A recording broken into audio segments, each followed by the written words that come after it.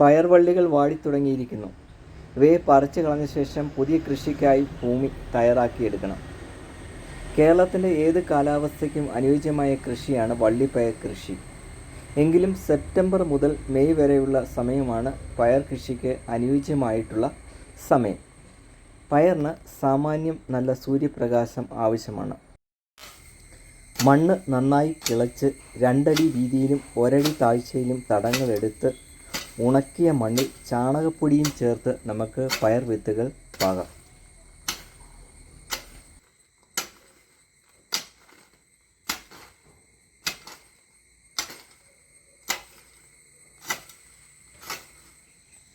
രണ്ടടി വീതിയിലും 1 അടി താഴ്ചയിലും നമ്മൾ തടങ്ങളെടുത്ത് ഇരിക്കുകയാണ്. ഇനി നമ്മൾ വിത്ത് നടാനായിട്ട് പോവുകയാണ്. ഓരോ തടത്തിനും 3 വിത്തുകൾ വീതമാണ് നടുന്നത്. ചെറിയ ചെറിയ കുഴികളെടുത്ത് 3 വള്ളിപ്പയറിൻ്റെ വിത്തുകളാണ് 3 എണ്ണം വീതം.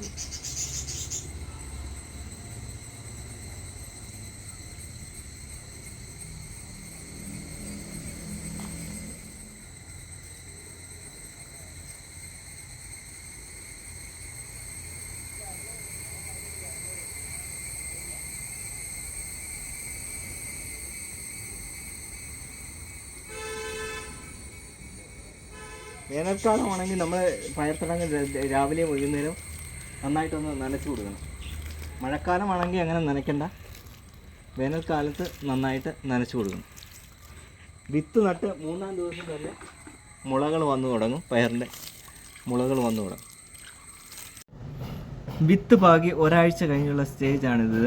ഇപ്പോൾ നമ്മൾ തൈകൾക്ക് തണലിനായിട്ട് തെങ്ങിൻ്റെ ഓലകളോ ഗ്രീൻ നെറ്റുകളൊക്കെ വെച്ച് കൊടുക്കേണ്ടതാണ്. ഡയറക്റ്റ് സൺലൈറ്റ് തൈകളിൽ അടിക്കാത്ത രീതിയിൽ. 10 ദിവസം കഴിഞ്ഞുള്ള തൈകളുടെ വളർച്ച സ്റ്റേജാണിത്.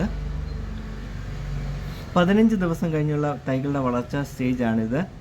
ഇപ്പോൾ നമ്മൾ ഗ്രോത്തിനായിട്ട് ചാണകപ്പൊടി, എല്ലുപൊടി, വേപ്പിൻ പിണ്ണാക്ക് തുടങ്ങിയ വളങ്ങൾ ഇട്ട് കൊടുക്കേണ്ടതാണ്. 25 ദിവസം കഴിഞ്ഞുള്ള വളർച്ച സ്റ്റേജാണിത്. ഇപ്പോൾ നമ്മൾ വള്ളികൾ പടരുന്ന സമയമാണ്.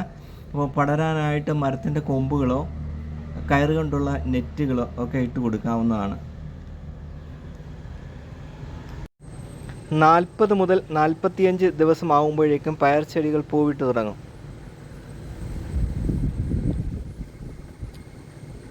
50 മുതൽ 60 ദിവസം ആകുമ്പോഴത്തേക്കും നമുക്ക് പയർ ചെടിയിൽ നിന്ന് ആദ്യ വിളവെടുപ്പ് നടത്താനായിട്ട് സാധിക്കും.